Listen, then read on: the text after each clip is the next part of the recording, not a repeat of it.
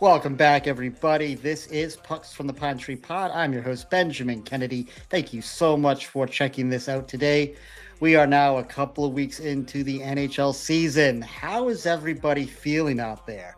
You know, if you're a New York Rangers fan, how are you feeling today? If you're a Buffalo Sabre fan, how are you feeling today? If you're a Boston Bruins fan, Winnipeg Jet fan, LA King fan, come at me. Tell me how you're feeling 3-4 games into the season. I love all the overreaction. It's all welcome here. I, of course, am an unapologetic Boston Bruins fan. You all know that if you've been listening to the show. But every year I do have 5 teams that I like to pick out and pull for as the season goes on. So without any further ado, and in no particular order, here are my top 5 teams that Ben is cheering for in this NHL season. Starting with the Buffalo Sabres. And yes, this may be a little bit of a sympathy pick, but my goodness, man, it can't get much worse. How can it get worse? 14 years without the playoffs. I mean, when you have half the league making it into the playoffs every year, it's really, really hard to miss the playoffs that many years in a row. But here we are for Buffalo. And as I just did my Atlantic Division preview about a week or so ago before the season started, 2 weeks ago, I guess now, I talked about Josh Norris as a guy who was just a key player for them, has to stay healthy, has to be out there, has to produce. Already hurt, already out until November. Just gut-wrenching, not just for the team, but for the player who has, just dealt with constant injuries. If it's not so painful, missing the playoffs all those years, let's take a quick look at some of the players who have left, who have gone on to win Stanley Cups in recent years. And it's a long list. Jack Eichel, Sam Reinhart, Ryan O'Reilly, Okposo, Evan Rodriguez, Brandon Montour. And that's just to name a few. I'm not going to make it too painful here, guys, but it's just bad, man. And I like the fact they do have some star players on this team. I mean, Thompson's a player who you'd want on any team. Dahlin is great. Tuck is great. Owen Power, I know he's maybe hasn't come along as quickly, but they've got some good star, young, talented players on this team. But man, what bad history. Just, for this team this year, I just want them to be relevant. I don't think they're making the playoffs. I don't think they're going to be any place close, but I want them to be relevant. I want them to be in and around a playoff wildcard race for a little while. Give that fan base something to get excited about. Definitely going to be pulling for them this year. It's not healthy for any market in the NHL to go that long without a playoff playoff appearance, I should say. Fans start to, fall away. Those casual fans go away. And that's, again, just not healthy for the league, not healthy for the team. Want to see them come back. All right, my second team I am pulling for this year is the Columbus Blue Jackets. Of course, it has been just over a year since the Johnny Gaudreau tragedy. Just an awful, gut-wrenching story. I remember waking up that morning and turning the news on, or going to my ESPN app or whatever I was doing, and seeing the initial report, of the accident. And you just started praying and hoping that it was either fake news or that, okay, there was an accident, but he's all right. And then as we all know, as the word came out, it was worse than anybody could have expected. I can't believe the year they had, the rally that this team had a year ago. I was just genuinely proud to see how that team rallied around the Gaudreau family, rallied around that loss. And they were right on the verge of the playoffs a year ago. I think so many casual NHL fans were cheering for this team last season. I'm going to continue to cheer for them this season. I would love to see them make a playoff push, and I think they're going to be right around it. I love some of the guys they have on this team. I mean, Marchenko, he is such a pleasure to watch. Just a big physical guy. Already, I think 4 points or 4 goals for him so far this season. Voronkov is fun to watch. And Fantilli, I think, is just an emerging star in this league. He may not get the attention of some of the other guys like, Bedard or Salabrini out there, but he's right there with those guys and a lot of fun to watch.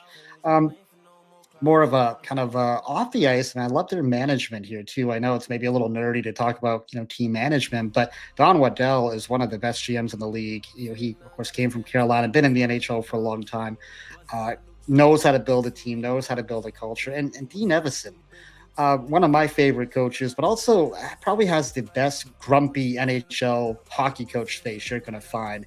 I just love it when we see pictures of him just, grumpy and angry. It's just a lot of fun. But truth be told, really good coach. Again, one of those guys lost his job in Minnesota. I talk about this a lot. I just hate how quickly coaches get fired. Want to see him have some success there in Columbus. No playoffs since 2020 for the group, so they're due. It's been a few years. They were close a year ago. Would love to see them get back this year. And they do have over $14 million of cap space. So while it may be a smaller market team in the NHL, they do have that room to move. If they're right around it, they're close. Watch at the trading deadline, see if they pull the trigger on something. All right. And the third team I am pulling for this season, the Utah Mammoth. Of course, first year with their full team name, second year they're in Salt Lake City. I am a huge Clayton Keller fan. I love this kid. I don't think he gets enough love around the league. 90-point guy in 81 games a year ago, and a big, big value to the club. He's got 2 more years at $7.15 million for a 90-point guy. Absolutely huge, huge value for the group.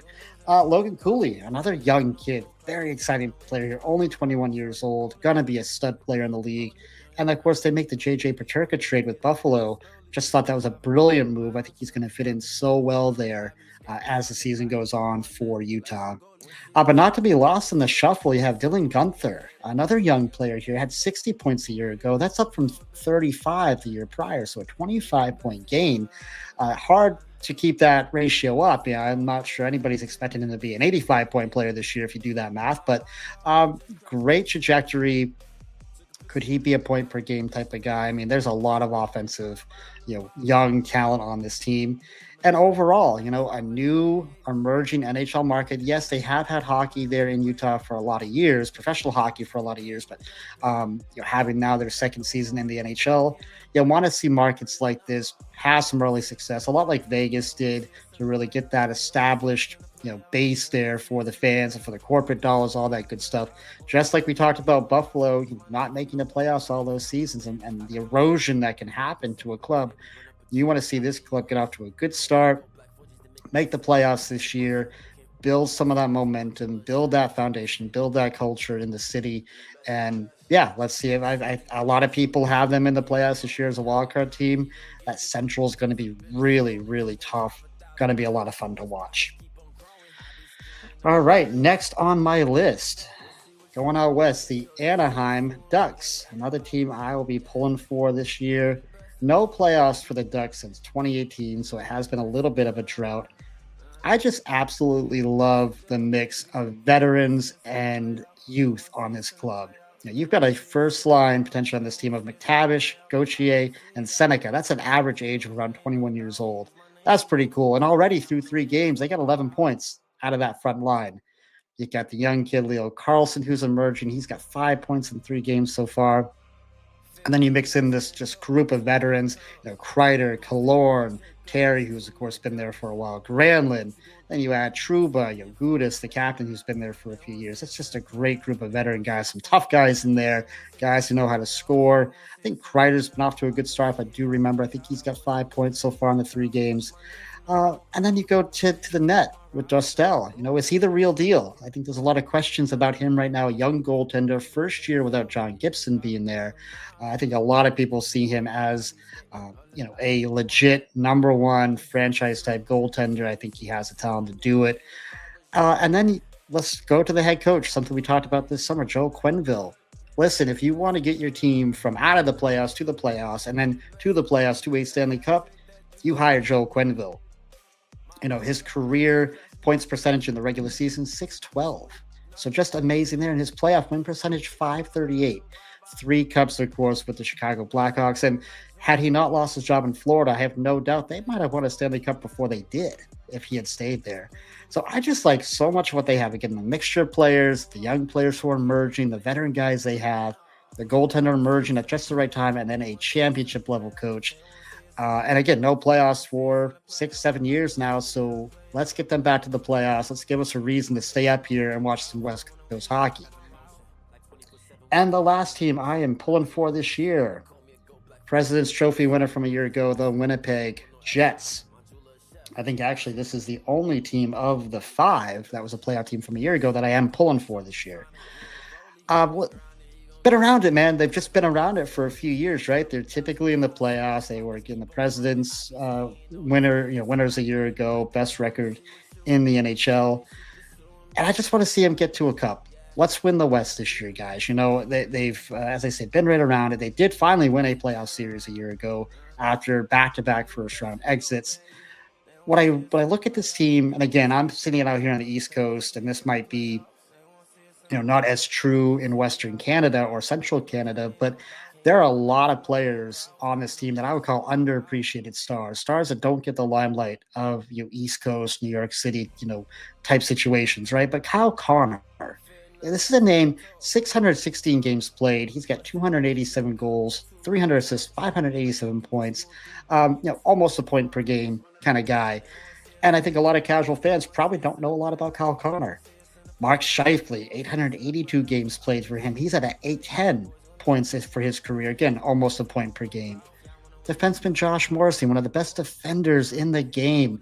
He's played 665 games, has a total of 374 points. Just, again, completely underappreciated names, especially when we talk about the casual NHL fan or the casual New England, New York type fan that may never stay up late enough to watch a Winnipeg game, out west. And how can we not forget about Connor Hellebuyck? Of course, for all argument's sake, maybe one of the best goaltenders in the game, multiple Vezina winning goalie, 570 career games, has a 2.56 goals against and a 918 save percentage. And listen, there is the playoff narrative. The last 3 years in the playoffs, numbers are pretty bad. They're not great.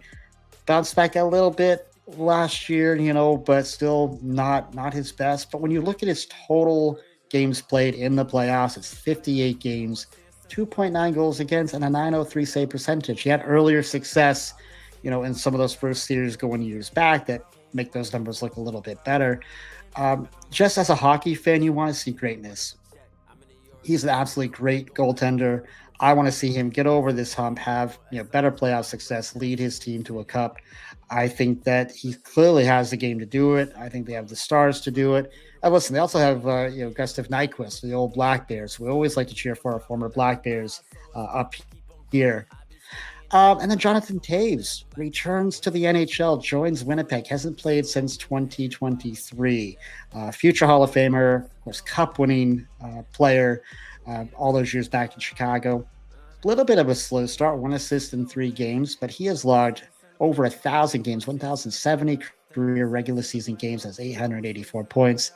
I just can't wait to see, as the season goes on, how he how his body rebounds from back-to-back nights, how he performs. Is he a 40-point guy, 50-point guy? And to see him back in the playoffs would be a lot of fun.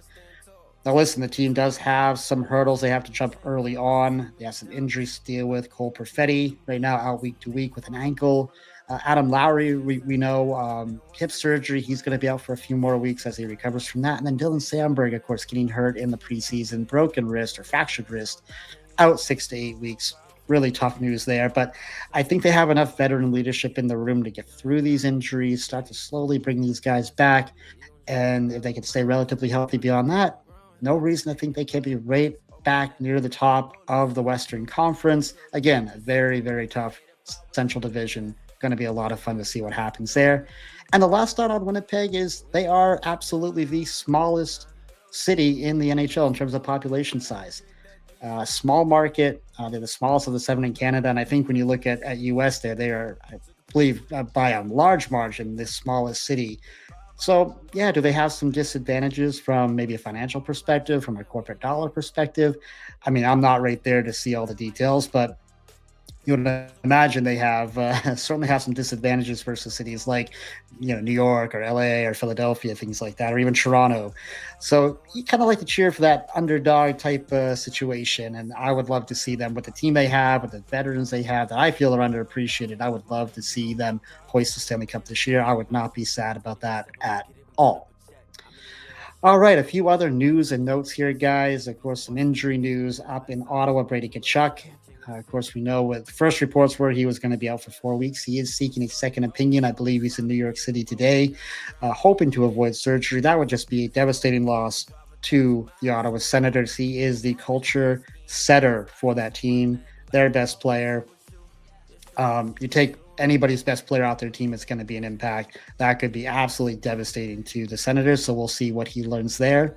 Kulikov for the Florida Panthers out for 5 months, adding to their injury woes. Of course, no Kachuk, no Barkov, no Nosek already for the Panthers. Now Kulikov going to be out. We'll see. This is really going to test their depth early, guys. We'll see if the champs can bounce back from that. Looks like Markstrom there, Jacob Markstrom, goaltender from New Jersey, going to be out for a couple of weeks. Of course, they do have Allen there as a backup. They should be able to survive this. The Devils have some good depth, and Allen, I think, is a very capable goaltender, but hopefully he'll be back soon.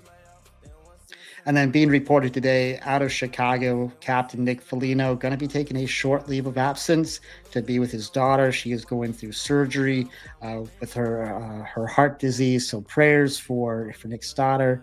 Hope for a swift surgery, swift recovery for his little one, and hopefully he's back on the ice soon.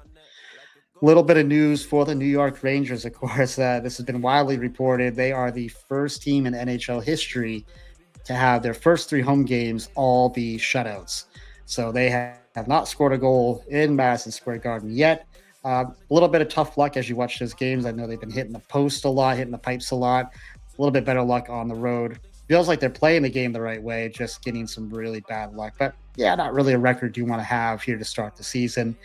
And of course, more news today for the Rangers. Trocheck heading to the LTIR. So, of course, not great news there, but he should be back sometime in November. For you Boston Bruins fans, of course, the team off to a 3-1 start. Better than expected, I would say. They are heading west. They got 3 out of 4 starting tomorrow night. They're in Vegas, old friend Bruce Cassidy. Then Saturday at Colorado, finishing up Sunday at Utah. So a tough stretch coming off the Tampa Bay loss there a couple of days ago. Be a really good test for the team. A team, like I said, has gotten off to a better start than we expected. Looks like Hampus Lindholm is traveling with the group, so good to see that there. Still listed as day-to-day.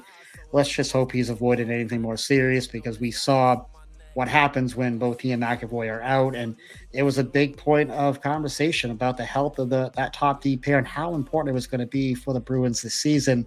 Got to get him back. Listen, Jordan Harris stepped into his place there the last couple of games and 2 points.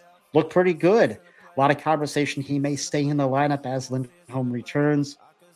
Maybe it's a Yoki Haru that comes out.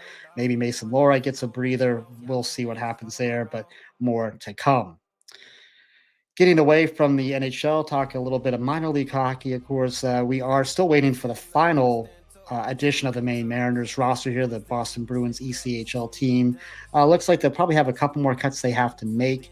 We should be getting a final roster for, of course, their opening night, which will be Saturday down in Worcester against the Worcester Railers. So more to come there. And still no CBA announcement, no CBA agreement announced yet between the PHPA, which is their players union for the minor league hockey, and the ECHL and AHL. Of course, it's one players association that deals with both the AHL and the ECHL. Still no news yet. It's getting real tight here, guys. We open the season Saturday here in the ECHL, so let's hope they get something done there. I'm sure we'll be hearing something soon. A little bit of local news. Former Portland Pirate Derek Whitmore just announced today he's joining the Boston Fleet of the PWHL, going to be a player development coach there. So congrats to Derek. I know, of course, he made headlines last year playing a game up here for the Mariners. I think he scored a point or had an assist or something in that game, so that was pretty cool. Longtime Portland Pirate, long beloved here by the fan base, so great to see him getting that work with the Boston Fleet. And finally, just want to once again, I know I shared it on my social media there last weekend, but a big thank you to the Maine Mariners and to play-by-play media director Michael Keeley for allowing me on the broadcast for the preseason game there at UNE as the color commentator. Was fun. I wasn't sure how nervous I would be. The nerves kind of went away after the puck dropped, and it was just a really fun opportunity.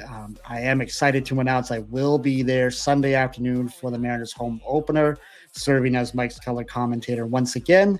And yeah, we'll see how it goes. Thank you, everybody, for the feedback and your kind words. My first time ever doing something like that. Like I said, I was pretty anxious and nervous leading up to it, but once we got the mics turned on and the puck dropped, it was nothing but fun. Nothing but fun. So anyway, guys, thank you so much for watching and listening today. If you're already subscribing to my channel, thank you. If you're new to the channel, hey, thank you for checking this out. Thank you for taking a chance on that. I know you have a lot of options here on YouTube. If you haven't done so already, please hit that like button down below. Hit the subscribe button down below. We'll help you stay up to date on all the upcoming shows. And until next time, everybody, be kind, show love, and God bless. Shorty rolling, shorty tryna get it rolling. Young and grinding, you gon' get it. Put them peas up in the slowly. You gon' drive 1,000 miles till his pockets keep on growing. I be skating on the ice on my neck like a goalie. When she with you, yeah, shorty, she pursuing me. Would hate if I was you, yeah. We the best to do it, baby. We the best to do it, we the best to do it, baby. Got a hat trick, that 3 shorties on the daily. My mom gone, I just crashed a new Mercedes.